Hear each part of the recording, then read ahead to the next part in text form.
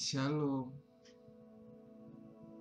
Setiap orang Kristen pasti Tuhan pakai untuk memberitakan Injil.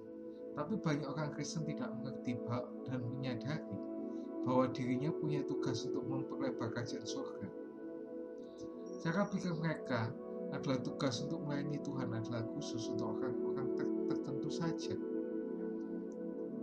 Padahal melayani Tuhan itu adalah suatu kehormatan dan bukanlah sebuah beban.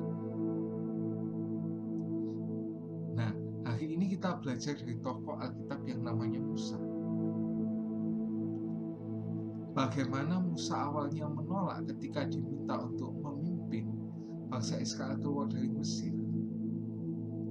Ini adalah tugas yang berat, yang terlebih Musa adalah orang yang dicari oleh orang Mesir karena pernah membunuh orang Mesir. Akhirnya Musa menerima tugas itu biarpun dengan berat hati. Kalau Allah mengutus, berarti Ia akan memampukan asal kita mau aja gitu. Gimana sih respon Musa dalam menjalankan tugas sebagai hamba Tuhan? Yang pertama itu menolak menjadi anak-anak dunia dan kenikmatan dunia. Kita baca di Ibrani 11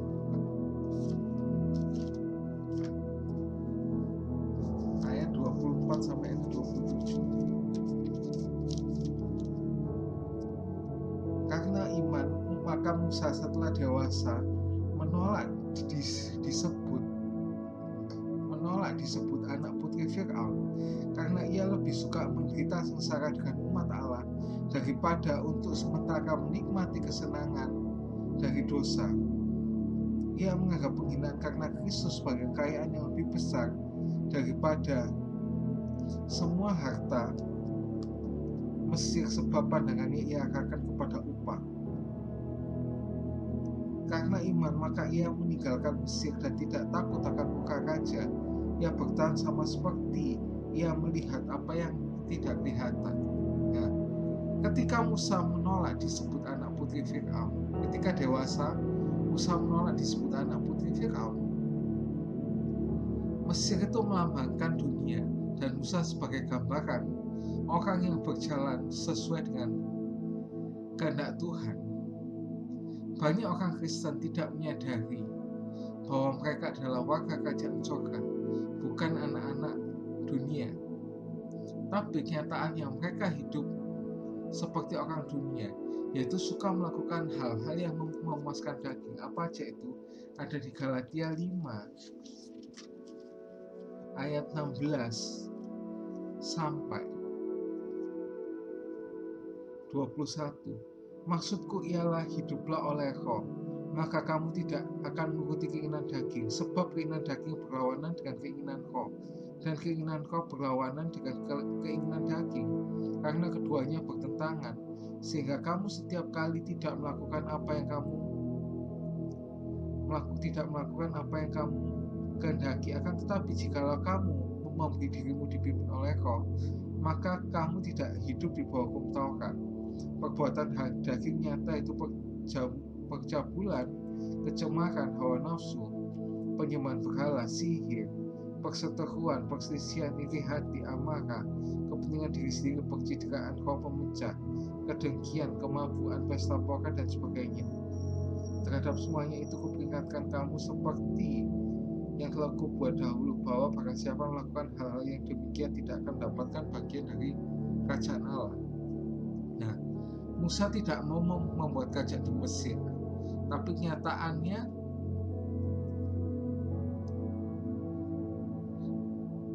banyak hamba Tuhan itu suka berebut jemaat, ya.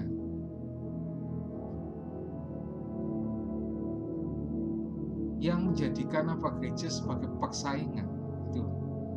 Sebenarnya nggak apa-apa kok ada di tempat itu sudah ada gereja, bikin gereja lagi gak masalah, asalkan jangan dijadikan persaingan gitu. Mereka terbagi-bagi menjadi beberapa kelompok seperti di gereja Korintus. Di gereja Korintus kan ada golongan Paulus dan juga golongan Apolos, yang bukankah ini menunjukkan bahwa mereka masih manusia duniawi. Dunia menawarkan keinginan daging, yaitu keinginan mata, keinginan daging dan keangkuhan hidup, seperti yang katakan di 1 Yohanes 2 ayat 16.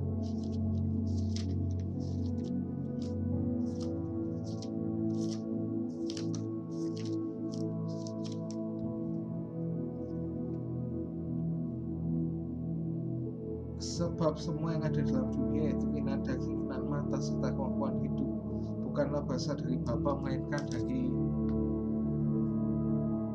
dunia. Nah, kita bahas satu-satu. Keinginan mata itu ketertarikan dengan hal-hal dunia. Kalau keinginan daging itu hawa nafsu. Yang ketiga, keangkuhan hidup. Nah, ini suka menjelek-jelekan hamba Tuhan ini. Kalau keinginan daging tadi kan melakukan hamba Tuhan yang melakukan pelecehan seksual contohnya. Kalau keangkuhan hidup ini menjelek-jelekan hamba Tuhan, apalagi kalau beda doktrin ya, langsung itu diserang ya.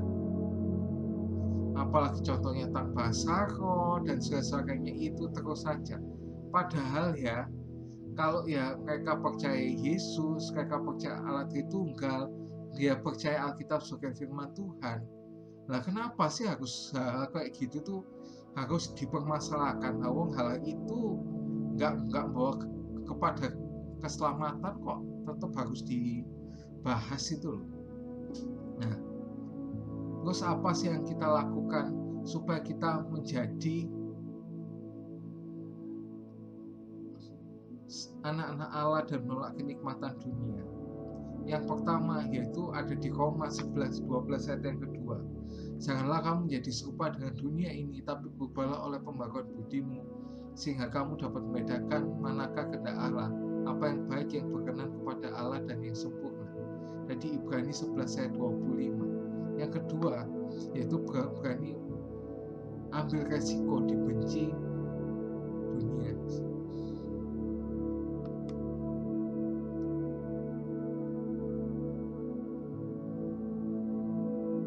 Yohanes 15 ayat 19. Sekiranya kamu dari dunia, tentulah dunia mengasihi kamu sebagai miliknya.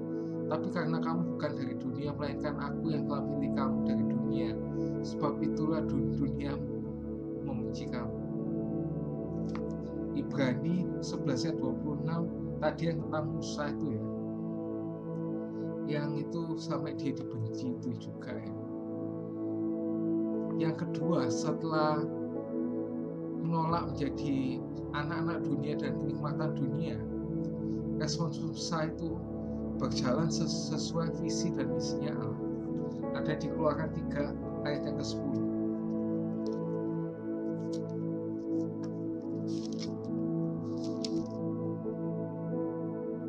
Jadi sekarang pergilah, Aku mengutus engkau kepada Firaun untuk membuat bahwa umatku orang Israel keluar dari Mesir. Tidak mudah melakukan kehendak Tuhan. Biarpun Tuhan Yesus yang memerintah, bukan berarti tidak ada halangan atau rintangan. Oleh sebab itu banyak orang yang menolak untuk menjadi hamba Tuhan, terlebih lagi dengan sepenuh waktu. Melayani Tuhan Yesus bukan sebagai suatu beban, tapi suatu kehormatan. Biarpun tugas yang dibebankan pada kita berat, tapi kalau itu suatu kehormatan, maka kita akan mengerjakan dengan senang hati. Nah, ini apa sih yang Musa Tuhan minta dalam yang Musa minta kepada Tuhan dalam menjalankan visinya itu? Yang pertama itu selalu meminta petunjuk, ingin mengenal Tuhan lebih lagi dan lebih dalam lagi supaya dapat kasih karunia. Di Keluaran 33 ayat yang ke-13. Maka sekarang jika kiranya mendapat kasih karunia di hadapanmu, beritahukanlah kiranya jalanmu kepadaku, sehingga aku mengenal engkau, supaya aku tetap mendapatkan kasih karunia di hadapanmu. Ingatlah bahwa bangsa ini umatmu. Yang kedua itu minta penyertaan Tuhan, selalu minta penyertaan Tuhan. Di ayat yang 15 kita baca, Berkatalah Musa kepadanya, jika engkau sendiri tidak membimbing kami, jangan suruh kami berangkat.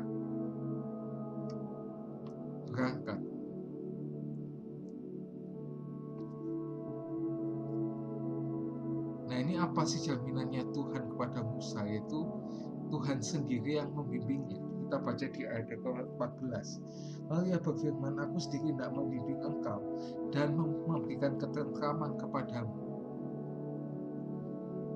Dan juga yang kedua dikenal oleh Tuhan di ayat yang 17.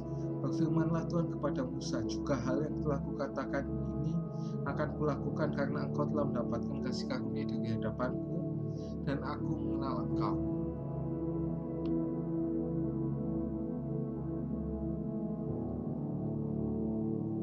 Nah, ini selain jaminan prioritas apa yang Tuhan berikan pada Musa itu, yang pertama itu kuasa, yaitu kuasa untuk apa? Untuk melakukan mujizat. Mujizat yang mana? Untuk membelah laut merah itu. Ada di Keluaran 14 ayat yang ke 16. Dan engkau angkatlah tongkatmu dan ulurkanlah tanganmu ke atas laut, belalah airnya sehingga orang Israel dapat berjalan di tengah-tengah laut seperti di tempat yang kering. Yang kedua itu menjadi sahabat Allah. Di pasal 33 tadi di ayat yang ke-11 dikatakan, dan Tuhan berbicara pada Musa dengan berhadapan muka seperti seorang berbicara kepada temannya.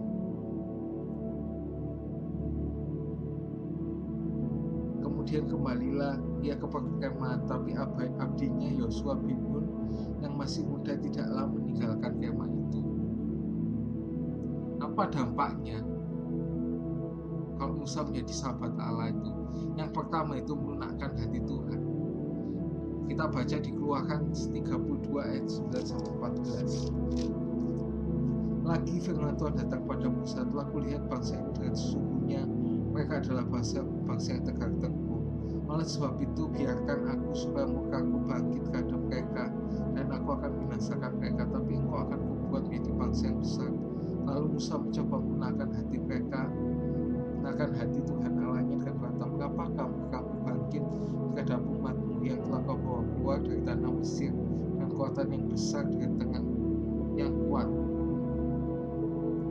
Mengapakah orang Mesir akan berkata dan bawa mereka keluar dengan maksud menimpakan malapetaka kepada mereka dan membunuh mereka di gunung dan membinasakannya di mukamu? Berbaliklah dari mukamu yang bernyala-nyala dan menyesalah karena malapetaka yang tidak kau datangkan kepada umatmu. Ingatlah kepada Abraham, Ishak dan Israel hamba-hambamu, sebab pada mereka engkau telah bersumpah pada dirimu sendiri dengan berfirman kepada mereka, aku akan buat keturunanmu sebanyak bintang Gilead, dan di seluruh negeri telah kujanjikannya akan kuberikan pada keturunanmu supaya dimilikinya untuk selama-lamanya. Nah, ini kita fokus ke ayat yang 14. Di sini Tuhan itu hatinya lunak, yaitu menyesalah hati Tuhan karena malapetaka yang dirancangkan di atas umatnya. Ini tuh kita bisa, kalau kita menjadi sahabat Allah, ya kita tuh juga bisa menggunakan hati Tuhan, walaupun ya belum tentu Tuhan itu bisa mengubah rencananya waktu itu ya. Kayak contohnya yang Tuhan nggak mungkin bisa ganti ya, Tuhan akan datang 2 kali. Tuhan sudah mau datang pada hari ini tanggal berapa gitu, tapi Tuhan kalau memang nggak mau batalkan di hari itu ya kita nggak bisa maksa gitu loh Tuhan untuk melakukan itu. Yang kedua itu Allah berbicara pada Musa.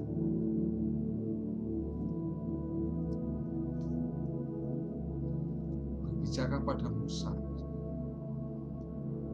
Di sini Tuhan mencurahkan isi hatinya di ayat yang ke-9. Apabila Musa masuk dalam kemah itu, turunlah tiang awan dan berhenti di pintu kemah, dan berbicaralah Musa, Tuhan dengan Musa itu di sana. Di situ juga Musa diberitahu kematiannya. Di pasal 32 ayat 48-50. Di Ulangan maksud itu bukan dikeluarkan. Ulangan 32 ayat 48 sampai 50. Pada hari itulah juga Tuhan berfirman pada Musa, naiklah ke atas gunungan Abarim, ke atas Nebo yang di tanah Moab, di tentangan Yeriko. Padanglah tanah Kanaan yang kuberikan pada orang Israel menjadi miliknya. Kemudian engkau akan mati di atas gunung yang akan kau naiki, supaya engkau dikumpulkan kepada kaum leluhurmu, sama seperti Harun kakakmu sudah meninggal di Gurun Hor, dan dikumpulkan kaum leluhurnya. Oleh sebab itu kamu telah berubah setia terhadap aku di tengah-tengah orang Israel, di dekat air Meriba, di Kadesi, di padang gurun Sin. Dan sebab itu kamu tidak menghormati kekudusanku di tengah-tengah orang Israel. Kau boleh melihat tanah itu terbentang di depanmu, tapi tidak boleh masuk ke sana, negeri yang kuberikan pada orang Israel. Yang ketiga, setelah menerima kuasa dan jadi sahabat Allah, itu dipercaya. Musa itu menerima 10 perintah Allah di Gunung Sinai. Kita baca di Keluaran 31 ayat yang 18. Dan Tuhan memberikan kepada Musa setelah ia selesai berbicara dengan dia di Gunung Sinai, kedua loh hukum Allah, loh batu yang ditulisi oleh jari-jari Allah. Yang terakhir itu apa? Itu fisik yang prima. Musa itu matanya tidak kabur dan kuatannya belum hilang. Kita baca di pasal 3, Ulangan 34. Ayat yang ke-7. Musa berumur 120 tahun ketika ia mati. Matanya belum kabur dan kekuatannya belum hilang. Orang Israel menangisi Musa di dataran Moab 30 hari lainnya, 30 hari lamanya. Nah, lanjut ini. Hal yang tidak boleh dilakukan hamba Tuhan adalah tidak menghormati kudusan Tuhan. Harus taat dan setia kepada perintah Tuhan. Musa kan tadi kan kesalahannya tadi kan dikeluarkan yang 34, yang di Ulangan 32 ayat 48 sampai 50 tadi kan dikatakan kalau Musa itu artinya kesalahan tidak menghormati kekudusan Tuhan. Kita sebagai hamba Tuhan harus bisa menghormati kudusan Tuhan. Dengan cara gimana? Harus taat dan setia pada perintah Tuhan. Ya, ini seperti yang terlebih itu di highlight lagi di ayat Ulangan 32 ayat 51. Oleh sebab itu kamu telah berubah setia terhadap aku di tengah-tengah orang Israel, di dekat mata air Meriba, di Kades, di padang gurun Sin. Dan oleh sebab itu kamu tidak menghormati kudusanku di tengah-tengah orang Israel. Nah, ini berbeda dengan Tuhan Yesus yang menjaga kekudusan dengan hidup taat setia sampai mati sehingga Bapa mengaruniakan nama segala nama. Kita baca di ayat penutup di Filipi 2 ayat 8 sampai 9. Dan dalam keadaan ini sebagai manusia telah mengenakan dirinya dan taat sampai mati, bahkan sampai mati di kayu salib. Itulah suami Allah sangat meninggikan dia dan mengaruniakan kepadanya nama di atas segala nama. Jadi kalau kita menjalankan respon sebagai hamba Tuhan, yaitu menolak jadi anak-anak dunia dan nikmatan dunia, terus berjalan sesuai visi misinya Tuhan, terus habis itu kita mendapatkan jaminan kuasa, jadi sahabat, dipercaya, fisik yang prima, dikenal oleh Tuhan dan dibimbing oleh Tuhan. See you and God bless you.